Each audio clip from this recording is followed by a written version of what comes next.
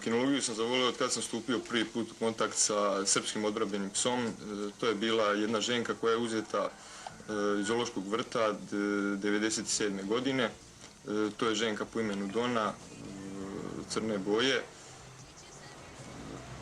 Šta je to recimo kod tebe ovako bilo bitno u tom trenutku kad si se odlučio baš za srpskog odbrambenog psa? Da li to njegovo ime ili nešto drugo? Pa, srpski odbrambeni pas je u stvari ono što čovjek traži od svakog psa.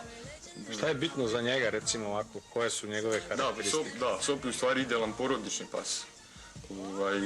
Kao savršen čuvar lica imovine, ali idealan porodični pas koji bi za gospodara kao njegovu porodicu i teritoriju koja mu je poverena na čuvanje spreman da žrtvuje svoj život.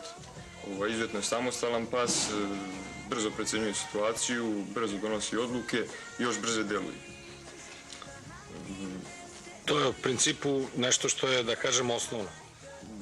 On je jako veliki i krupan, je tako? Da, sop je visok u grebenu od 70 do 75 cm, težak negdje od 60 do 70 kg, izuzetno je pokretan pas s obzirom na tu njegovu masu.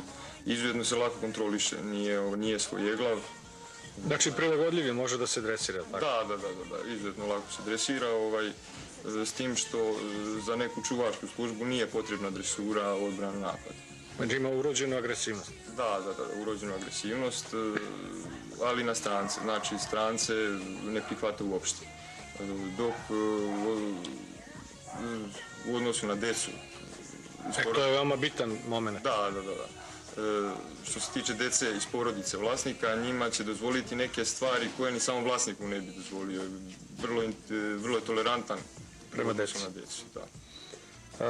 Da sad se vratim na nešto što je veoma bitno. Srpski odbrambeni pas je rasa u radu, tako? Da.